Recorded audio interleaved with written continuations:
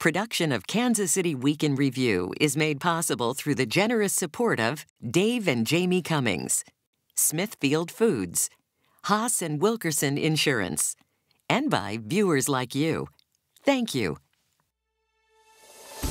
Moran in the national spotlight. What to do about Westport after another weekend of violence? Should its streets be privatised? New twists and turns in the ongoing saga over the future of KCI and the city's quest to expand its streetcar line. Plus, why even the Kansas Supreme Court feels like they're in a remake of Groundhog Day as they weigh in again on school funding.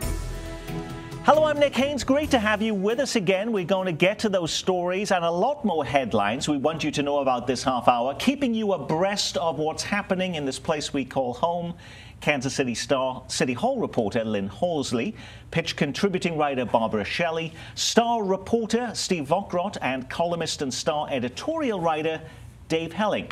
Yes, a massive amount going on in Kansas City this week, but I want to start in Kansas because it's not often that one of our own members of Congress leads the national news. Major news coming out of Washington. What looks like the death blow to the GOP effort to repeal and replace Obamacare. Two key Republicans defecting, announcing they cannot support the current bill. Mike Lee of Utah and Jerry Moran of Kansas have announced that they will not support the latest version of health care reform. It effectively means this bill is dead. In a statement, Kansas Senator Jerry Moran says we should not put our stamp of approval on bad policy. Jerry Moran, the mild-mannered senator from Kansas, killing the Republicans' new health care bill? What is it that Moran found so disagreeable that his fellow Republican Senator Pat Roberts of Kansas, or even neighboring Missouri Senate Republican Roy Blunt, did not, Dave Helling? Well, first of all, let's point out we're taping on Friday. Jerry could change his mind this afternoon or over the weekend. His exact position is not completely clear, but his opposition to this particular bill, the BCRA, was primarily based on the cuts to Medicaid. There were huge cuts proposed over many years for the Medicaid program that really didn't have anything to do with Obamacare. It was just Medicaid in the states. And those cuts would devastate rural communities and rural hospitals. There's just no denying that. When you cut $772 billion out of Medicaid over 10 years, that's a problem. And Moran is particularly sensitive to that concern. And so I think he rejected this proposal on that basis. But then he turned around and said, but I'll vote for straight repeal of Obamacare, and confused everybody. So if he's concerned then about the welfare of Kansas and rural hospitals, why then would he say, yes, I would vote for the repeal of the entire Affordable Care Act then, Barbara? Well, because I think he knew that there's not going to be that vote, that straight repeal vote, because 3 members of the Senate, Republicans, had already said they would not support that. So it's kind of a political calculus.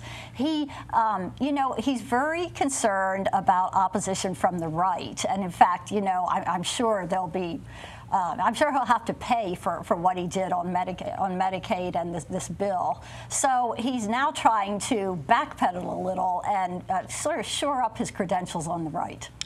Next up, what to do about Westport. Another weekend of violence. This time, a police officer is assaulted and a gunman shoots into a crowd. Police resorting to pepper spray and closing bars early to force crowds to disperse. Now, increasing calls for immediate action and a push for one fix: privatizing Westport streets.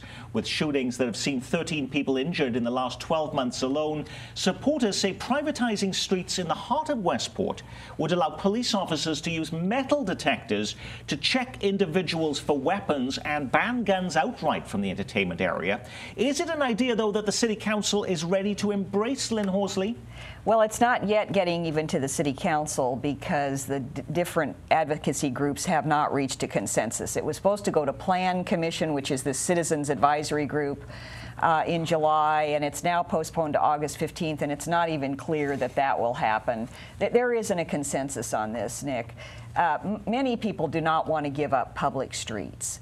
What Westport says is, look, until 2015, we were able to check for weapons on these public streets. We can't do that now because Missouri law changed. People can carry concealed weapons, and so the way they can check for weapons is if the streets are privatized. This would not mean that, you know, crowds couldn't go onto the streets and that, you know, the streets would still remain open for motorists you know, when it's not late night weekends. But it would allow security people to make sure that the crowds that are descending on Westport on the weekends are not carrying weapons. But the business owners there, they're frustrated, Steve, but this is not a new problem. Well, we've seen incidents like this in Westport for a long period of time, and you know the question about whether privatizing streets solves that is met with questions about, you know, you have large crowds of people, you have bars that are open late, 2 to 3 a.m. in the morning, you know, and I think common sense would tell us that, you know, having large groups of people who've been drinking all night does not always lead to safety. And then there's a question about, you know, once you privatize streets here, do you set a precedent of privatizing streets elsewhere? Does that become an ongoing issue? And I think there's also some civil rights issues about, you know, who gets frisked at these entrances to Westport and so on. Well, wouldn't everybody be frisked when they went in to see if they had weapons? That's what I'm told, is that everybody would be searched. They don't yet know whether it would be wands or metal detectors. The details of this are still being worked out. And yes, there is a suggestion, just close the bars earlier, but Westport is loath to do that because the Power and Light District downtown stays open till 3. I will say there is a private street in Zona Rosa, so it happens, but Westport has been an entertainment district forever and with public streets. Barbara. Just looking back, because I used to live in Westport a long time ago, and you always have these spates of incidents where there's a lot of concern about trouble and violence in Westport. But that number of shootings that you just cited, that's an awful lot of shootings. I mean, it's so many people now with guns, and it's really pretty scary. Now, I saw that the editorial board said, Dave Helling, no, we shouldn't privatize these streets. But if that is not the solution, what is? Well, I think it's a combination of a lot of things, including increased enforcement. Now, I must say there was some discussion on the editorial board as to whether this might be an option. Some business owners don't want it, some do, of course. And they are competing with the Power and Light District, which has a little bit more control over its environment, which is why perhaps you don't see quite the types of incidents there that you do in the Westport area. But the important thing to keep in mind, Nick, no matter what the solution turns out to be, is that the character of Westport may be changing. A lot more housing is going up, new apartments.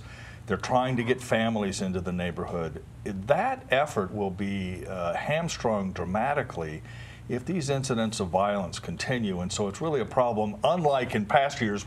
I've reported on this for 30 years, but unlike those years, Westport is changing and needs to figure out how to fix this problem. One possibility is to go back to the legislature and try to get the law changed again, at least for that part of town, but that's proven to be very difficult. Steve, you mentioned that this may set a precedent for other areas to also privatize street. Who would be interested in actually doing that? Well, any kind of similar entertainment district that's either existing or may pop up in the future. And there's also a question of, you know, if you're a private business and the city's already invested in these streets for all these years, and then you kind of get it, you know, as almost in kind, is that really fair? Fixing Westport violence would be on the to-do list for a new police chief. Did you see this week the Board of Police Commissioners announcing they've shortlisted their pick for who that will be to 2 people? Will it be the insider, Rick Smith, the current commander of the Central Patrol Division, or outsider, Keith Humphrey, chief of police in Norman, Oklahoma? Lynn Horsley, you report this week that no outsider has been picked to lead the Kansas City Police Department in more than 40 years. What does Keith Humphrey have going for him that could potentially break that streak? Well, I'm not sure.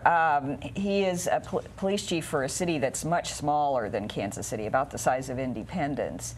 I think what the mayor said is that he has gone into police departments, admittedly much smaller, that needed some transformation and some change, and he was able to do that. So I think that's one of the reasons he was an attractive candidate. But it's a much smaller district, and it is hard to see that he will really be the choice. Dave, you have an editorial this week also talking about this. There were 2 murders in Norman, Oklahoma last year, and Kansas City right now reckoning with 80 murders. But should that be a disadvantage? He is somebody who has been the leader. The other individual in this search has never had the helm of a police department. The mayor and other members of the board made the case Thursday when they announced these picks that cutting the number of murders in Kansas City can't be the only criterion by which we judge these candidates, and we really can't expect the chief to come in and just change that problem overnight. It's much more complicated than that.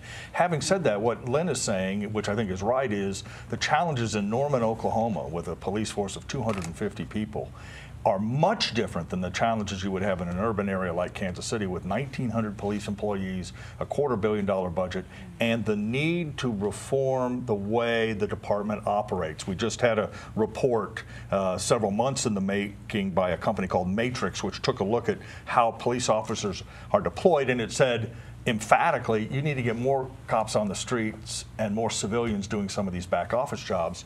The new chief is going to have to figure out if and how that can be done.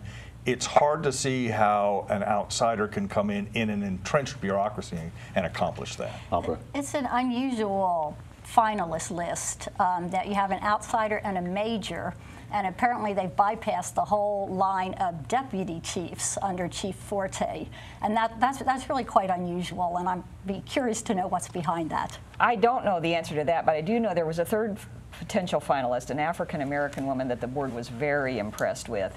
She got hired by Dallas this week, a bigger police department.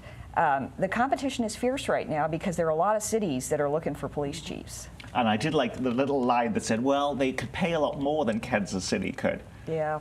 And did, apparently. Okay. More than $200,000. Renee Hall was the candidate. And I think there was some expectation she would be what we called in the editorial more transformative, someone who can really take a look at the department and make changes. Neither of these candidates appear to be that kind of candidate. You've been hearing plenty, I know, about the opioid epidemic. You may also have heard that Missouri is the only state in the nation without a prescription drug monitoring program designed to track who's taking all these drugs. This week, that changed as new Missouri Governor Eric Greitens bypasses the legislature and issues an executive order creating a drug monitoring program. We're taking action. Look, opioids are a modern plague. Nationwide now, they are the top killer of people under 50. And in the state of Missouri, 2 people lose their lives to the opioid epidemic every day. And in the state of Missouri, every day, we've got 2 babies who are born suffering from narcotic withdrawal. Now, is the new governor praised for his decisive action? Well, no. The move is condemned as meaningless and as effective as a placebo pill. But Greitens said the program will collect data from Missouri health insurance companies to target so-called pill mills, where specific doctors and pharmacists are pumping out prescription drugs at dangerous and unlawful levels. So what is so wrong with that, Barbara Shelley? There's nothing wrong with what the executive order does. The problem is what it doesn't do, which is create a database that doctors and pharmacists can look in to see if patients that coming to them are doctor shopping and going to various places for, you know, bigger amounts of prescription drugs, opioids, whatever. The governor didn't consult with the doctors, the association that represents physicians in Missouri before he does this, or any of the healthcare groups. It's more of his governing by grandstanding. Just because it's not a perfect proposal, does that mean it's not worth doing, Dave Helling? Well, it might be a start. I mean, I think Barbara's right. It's not inherently bad, but most experts will tell you it clearly isn't enough. As a political matter, it's fascinating because it's the use of an executive order. Republicans typically go out of their minds when governors and presidents use executive orders. Apparently, it's not a problem this time. And the other thing is, the battle against opioids in Missouri could be helped immensely if you expanded Medicaid. It would provide additional money and treatment for some people who are battling opioid addiction, and the state resolutely refuses to do that. That would have more of an effect than what the governor did this week. It also comes in the same week, Steve Bockrot, that Missourians, 60,000 elderly Missourians, received letters from the state informing them that they're being cut from a state program that pays half of their prescription drugs. Right, so, you know, that just kind of compounds the issue with prescription drug medications in Missouri. And, you know, typically when you have these proposals that come up that don't really go through the legislative process, that don't get vetted publicly, you don't always end up with the best product. Next up, we continue with the latest installment in our ongoing drama series known as The Future of KCI. How many more companies are going to bid on a new $1 billion new airport terminal? We know locally owned Burns & McDonnell is pushing to be picked. So is California airport giant AECOM. Now this week, several more companies joining the quest for bidding rights to fund, design and build the Metro's biggest, splashiest signature project. A subsidiary of Maryland-based Clark Construction is assembling a team. And BlueScope Construction, based in the West Bottoms, part of a large Australian steel company, is also thought to be making plans to meet the city's bid deadline next week. News of the added competition comes in the same week we learn Burns & McDonnell is paying dozens of contractors so they don't join rival teams or use their influence to oppose their terminal design project at City Hall. The company has also been giving heavy campaign contributions to many members of the City Council. We've seen those reports, including that of the mayor himself. But will these companies be judged on their own merits in an objective, not emotional decision at the end of the day, Lynn Horsley? I don't know about that. This is like a giant popularity contest. We've got Burns & McDonnell saying they're the hometown team. AECOM is saying, well, maybe they're the hometown team, but we're the most experienced. I'm sure these other firms have assets to recommend them. It is totally encircled with politics, Nick, and that doesn't bode well for a good choice. Steve. Lynn's right in a lot of measures. I mean, Burns & McDonnell clearly has a lot of the momentum behind them. They were the first to really kind of come up with this idea, or at least have it endorsed by some members of the City Council. And you see they're mounting a very public campaign with rallies saying, you know, we've got this hometown team, we've got all these local contractors that are working with us, and we can start some type of construction the day after if the voters approve this in November 7th. You also have AECOM that is, I think, recognizing this. They've hired a public relations apparatus here locally, and they're making a lot of overtures to people like myself and some of my other colleagues to try and get some more publicity for what they do and tout their, as Lynn said, their expertise. They do this, they've done this, or companies they have acquired have done a lot of airport projects around the country. And so, yeah, it's it's kind of a field of a lot of peacocks right now, trying to get the eye of the City Council. Is it an unstoppable train for Burns & McDonnell, Barbara Shelley? I would hope when the council sits down to make the decision, they're going to consider that how's this going to look if they don't give due consideration to the others and have an objective evaluation process? Because, I mean, just what we're talking about now, people are going to be very skeptical about it. Burns & Mac, in essence, is running a political campaign. They've got ads, they're giving out campaign contributions informally and formally, trying to influence it with money. They're certainly talking with reporters and others, trying to get people on their side. But Barbara's exactly right. All of that is aimed at the council and the council's choice. The people of Kansas City are going to have the ultimate say on whether this project proceeds at all. And to the extent that the people think that somehow Burns & Mac got an unfair advantage, or maybe was granted the contract even though it may have had a lesser bid, if anyone really thinks that, it's going to be in trouble in November, and it is in the best interest of the company, and we've tried to tell them this, of the company and the City Council, that everybody thinks this process is open, transparent, fair for all of the bidders, so that the public can have confidence in the process going forward. We're counting down to Election Day on Week in Review, and did you know there's actually not one, not two, but 3 streetcar election questions being decided this August? There's the mail-in ballot to set up a transportation district for an expanded streetcar line down to UMKC. Those ballots have to be in August 1st. A week later, on August 8th, everyone gets to vote on question number 1, a measure prohibiting streetcar expansion without a citywide vote. And then there's question number 2. That comes from Maverick transit activist Clay Chastain, that asks you to support a sales tax increase for 25 years to fund a 25-mile streetcar service connecting north of the river down to Brookside and connecting to Kansas City's east side, including Prospect Avenue, an area he says is in desperate need of a new economic stimulus. What happens to the streetcar mail-in ballot if either of these proposals, though, were to pass, Lynn? Well, my guess is the city would probably file a lawsuit to argue they're unconstitutional.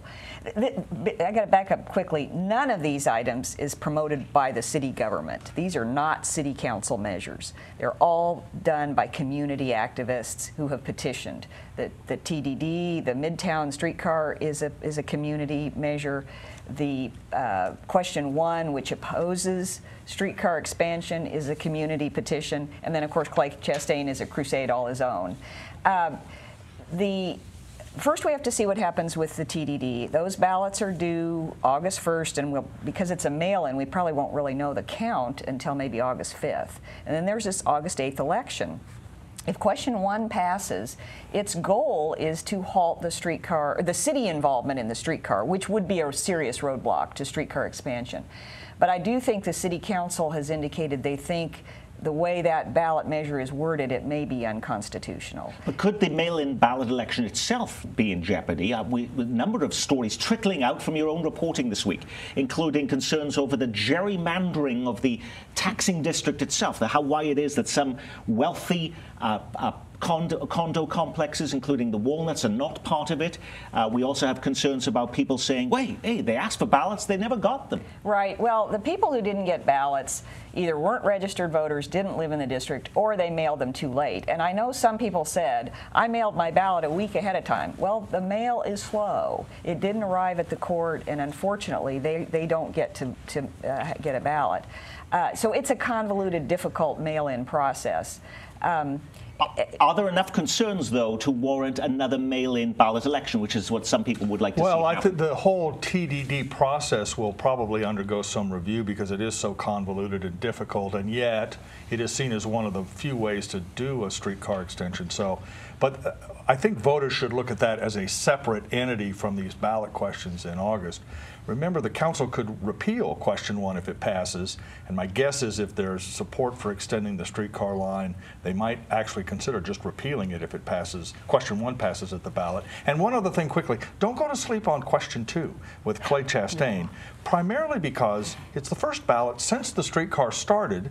The streetcar has turned out to be very popular. The idea of mass transit on rail is more popular than people know. Just don't go to sleep on that. Yeah, Steve, don't go to sleep on that. Right. I wrote in a column when I was working at the Pitch that one of the biggest mistakes, at least in my opinion, that the city made was when they repealed the Clay Chastain measure that passed, because they had the taxing authority and they could have just built what they could build with the money that they had, and we'd have a much wider, broader public transportation system today than what we have now. I will just say, as far as the TDD, I know there have been some problems with the mail-in ballot, but a court did rule this is a legal process. Right. It is overseeing the election. I don't think that will be challenged. And the claim that it's rigged is ridiculous. It's just a different way of voting. It's not a citywide vote yet because of the way it's drawn. Anyone who tells you the voting is rigged isn't paying attention.